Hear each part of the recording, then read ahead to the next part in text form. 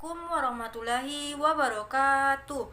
Perkenalkan, nama saya Siti Maisaroh Laude Amrin, NIM 0211211018, mahasiswa PGMI semester 2. Saya akan menjawab beberapa pertanyaan dari Ibu Luluk Wahyuningsi MPD untuk memenuhi tugas UAS Psikologi Pendidikan. Soal 1. Dalam satu kelas terdiri dari beragam karakteristik siswa, baik sikap maupun tingkat kecerdasannya. Bagaimana cara Anda mendiagnostik siswa yang mengalami kesulitan belajar, serta bagaimana cara Anda mengatasi hal tersebut? Cara saya mendiagnostik siswa yang mengalami kesulitan belajar yaitu 1. Menelaah status siswa. Menelaah status siswa artinya mengetahui siapa siswa yang sebenarnya, bagaimana dia, apa kekuatannya dan kelemahannya. Untuk itu perlu dilakukan data tentang A. Di mana letak kekuatan dan kelemahannya. B. Bagaimana hubungan dengan anggota keluarga, guru-guru, teman di kelas, dan teman di pergaulan di rumah. C. Bagaimana sikap keaktifan dalam mengikuti pelajaran pada bidang studi, demikian juga sikapnya di rumah, serta perlu digali data lain yang sesuai dengan persoalan anak. 2. Memperkirakan sebab kesulitan belajar merupakan langkah kunci untuk bisa memberikan jalan keluar yang tepat. Jika pikiran kesulitan meleset, maka pertolongan yang diberikan juga akan meleset. Artinya siswa tidak tertolong. Untuk mengetahui sebuah sistem belajar anak bisa dilihat dari A. Kemampuan intelektualnya, B. Pengamatan visualnya, apakah ada kekurangan dalam koordinasi indera, C. Bagaimana kemampuan penglihatan dan pendengarannya, D. Bagaimana kondisi lingkungan sosialnya, E. Bagaimana kondisi lingkungan sosial fisiologisnya, F. Bagaimana hubungan dengan anggota keluarganya, temannya, serta lingkungan lainnya, G. Bagaimana kondisi persepsi motoriknya, H. Bagaimana harapan-harapan orang tuanya, I. Bagaimana minat dan cita-citanya, J. Bagaimana sikap dan perlakuannya dalam pergaulan. 3. Menegakkan diagnosis atau proses pemecahan.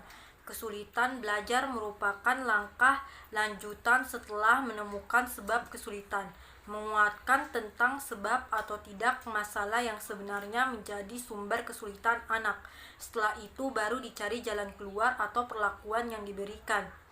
Ada beberapa kemungkinan treatment yang bisa diberikan, antara lain A. Menegakkan aspek intelektual, B. Menekankan atau pendekatan pada aspek afektif dan motivasi, C. Pendekatan melalui diagnostik umum, D.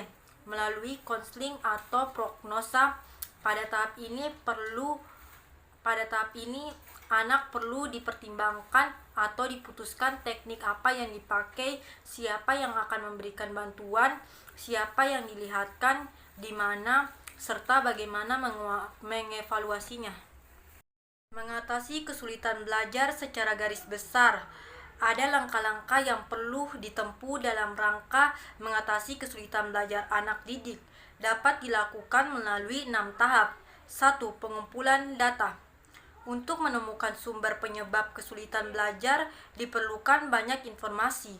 Untuk memperoleh informasi, perlu diadakan pengamatan langsung terhadap objek yang bermasalah. Seperti anak didik yang bermasalah, maka kita harus mengamatinya.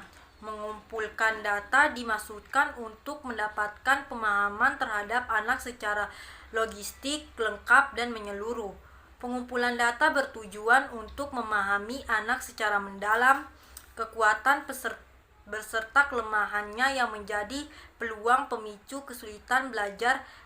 Teknik pengumpulan data yang dilakukan dalam hal antara lain, usaha pengumpulan data bisa melalui kegiatan sebagai berikut.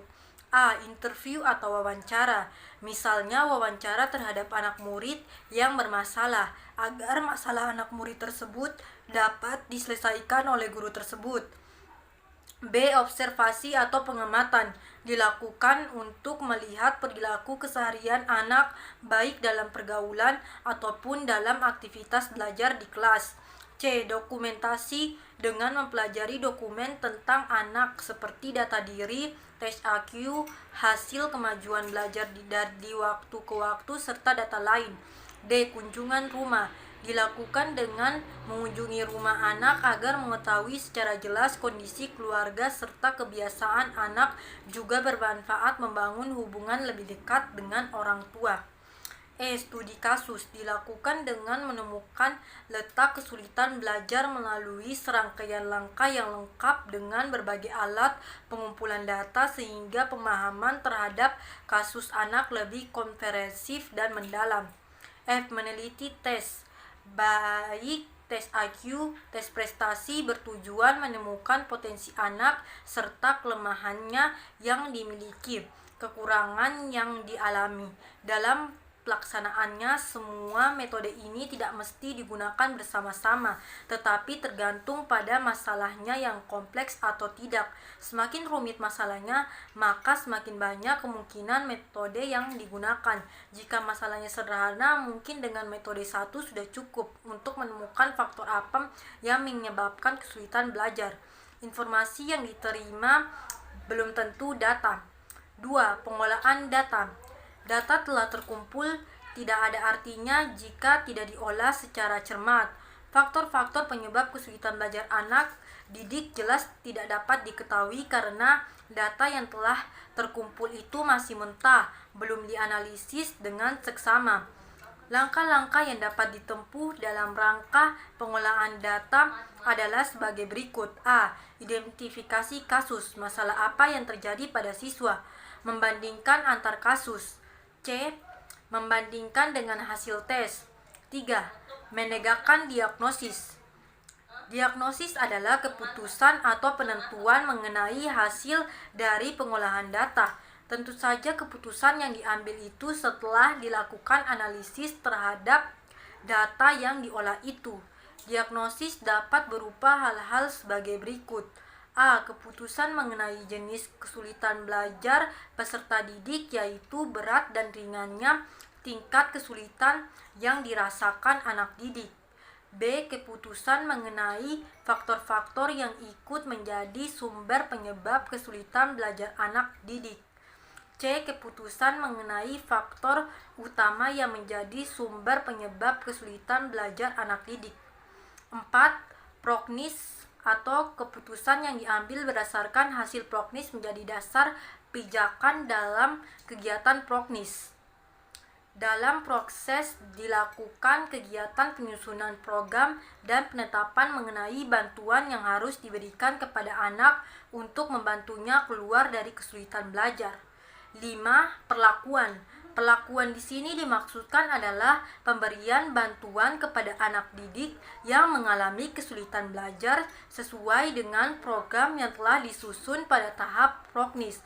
Bentuk perlakuan yang mungkin dapat diberikan adalah melalui bimbingan belajar individual, B. melalui bimbingan belajar kelompok, C. melalui remedial atau untuk mata pelajaran tertentu, D. pemberian bimbingan mengenai cara belajar yang baik yang secara umum sesuai dengan karakteristik setiap mata pelajaran. Ketentuan perlakuan yang diberikan kepada anak didik yang memiliki kesulitan belajar dengan tergantung pada ketelitian dalam pengumpulan data, pengolahan data, dan diagnosis. 6. Evaluasi.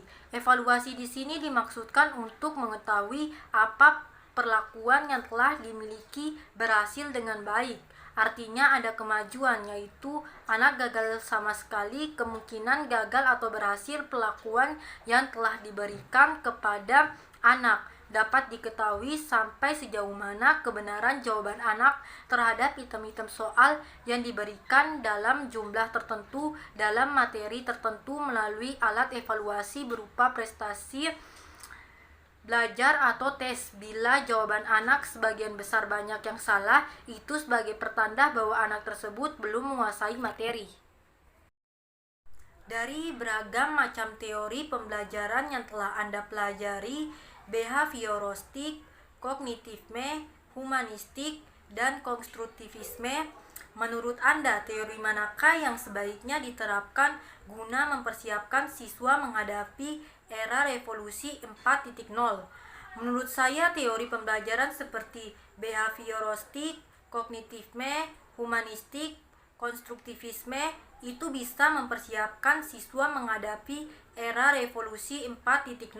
Tergantung teori pembelajaran apa yang dipakai, tapi teori yang paling tepat untuk mempersiapkan teori pembelajaran adalah teori konstruktivisme, karena teori konstruktivisme merupakan teori belajar yang berfokus pada kemampuan cara berpikir seperti kemampuan mengolah, menganalisis, serta mengevaluasi pembelajaran. Dengan teori ini, guru dapat merangsang cara berpikir siswa secara kritis dan analitis. Teori ini jelas dapat diterapkan pada metode daring maupun luring, di mana tujuannya adalah untuk tercapainya kegiatan pembelajaran di era digital.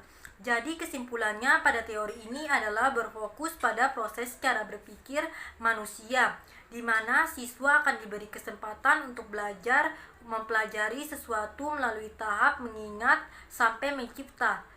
Mempersiapkan siswa menghadapi era revolusi 4.0 adalah era revolusi digital atau era teknologi.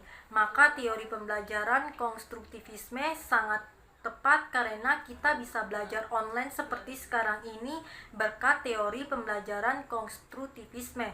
Dapat diambil kesimpulan dengan siswa belajar daring maupun luring, siswa dapat menggabungkan setiap informasi yang mereka dapat dari sumber tak terbatas melalui teknologi.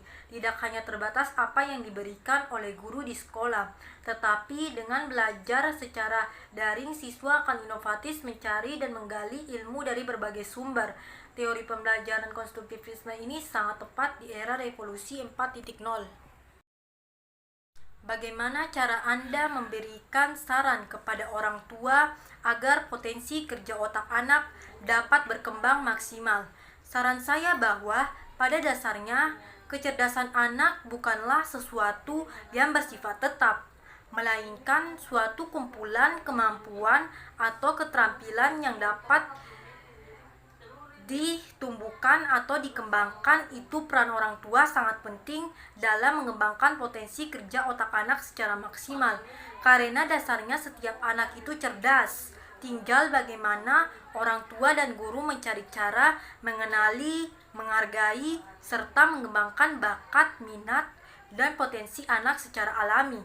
Dengan mengembangkan bakat dan fondasi anak, maka kerja otak anak itu akan berkembang maksimal, yaitu seperti meningkatkan daya ingat dan logika. Berpikir, coba mengajak anak bermain tebak-tebakan, maka anak terdorong untuk mengingat kembali apa yang barusan dibacanya, atau sesekali orang tua yang membaca dan anak mendengarnya. Kemudian tanya anak kembali beberapa hal yang diingatnya. Bahkan main tebak-tebakan itu bisa dilakukan tiap waktu agar potensi kerja otak anak berkembang. 2. Membaca yang baik dan benar. Kebiasaan membaca buku-buku yang memiliki kata kosa dan dialog baik merupakan buku-buku bacaan yang berkualitas. 3. Dorong anak mengembangkan bakatnya. 4. Sekolah inklusi adalah sebuah lembaga yang menyelenggarakan sistem pendidikan dengan memberikan kesempatan kepada semua peserta didik yang memiliki kelainan dan memiliki potensi kecerdasan dan atau bakat istimewa untuk mengikuti pendidikan atau pembelajaran dalam satu lingkungan pendidikan secara bersama-sama dengan peserta didik pada umumnya. Misalkan Anda adalah seorang guru kelas 4 yang mengajar pada sekolah inklusi. Di dalam kelas terdapat satu orang siswa yang menderita keterlambatan belajar. Bagaimana cara Anda menangani proses pembelajaran agar kebutuhan belajar semua siswa dapat terpenuhi?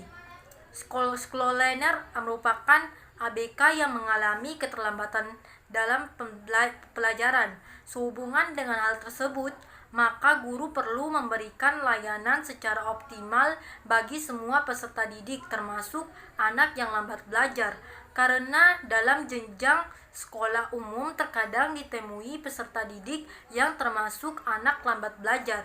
Ia memerlukan perhatian dan layanan pendidikan yang sesuai dengan kebutuhannya. Kebutuhan peserta didik lain dapat terpenuhi, maka guru harus membatasi siswa yang mengalami keterlambatan belajar, yaitu sebagai berikut. 1. Modifikasi alokasi waktu. Misalkan materi pelajaran tertentu dalam kurikulum yang dapat diperkirakan alokasinya selama 6 jam.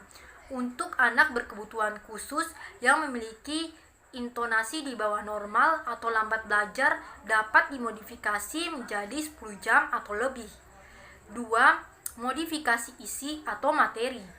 Untuk anak yang lambat belajar, materi dalam kurikulum reguler dapat dikurangi atau diturunkan tingkat kesulitannya seperlunya atau bahkan dihilangkan bagian kurikulumnya. Belajar bisa mengikuti proses pembelajarannya. 3. Modifikasi proses belajar mengajar. Guru hendaknya tidak monoton dalam belajar mengajar sehingga hanya akan menentukan anak yang tidak mengalami kesulitan belajar saja. Seharusnya bisa memodifikasi belajar mengajar untuk anak yang lambat belajar juga. 5. Bagaimana upaya Anda yang Anda lakukan sebagai guru guna meningkatkan motivasi belajar siswa? Cara guru meningkatkan motivasi belajar siswa yaitu 1. Membuat siswa semangat dalam belajar. 2. Membantu siswa menggapai cita-citanya. 3. Menumbuhkan sikap optimis. 4. Mengajarkan tidak pantang menyerah. 5. Memperjelas tujuan yang ingin dicapai siswa. 6. Membangkitkan motivasi belajar siswa. 7. Ciptakan suasana yang menyenangkan dalam belajar. 8. Menggunakan variasi metode penyajian yang menarik. 9. Berilah pujian yang wajar setiap keberhasilan siswa. 10. Berikan penilaian yang baik. 11. Ceritakan persaingan kerjasama yang baik.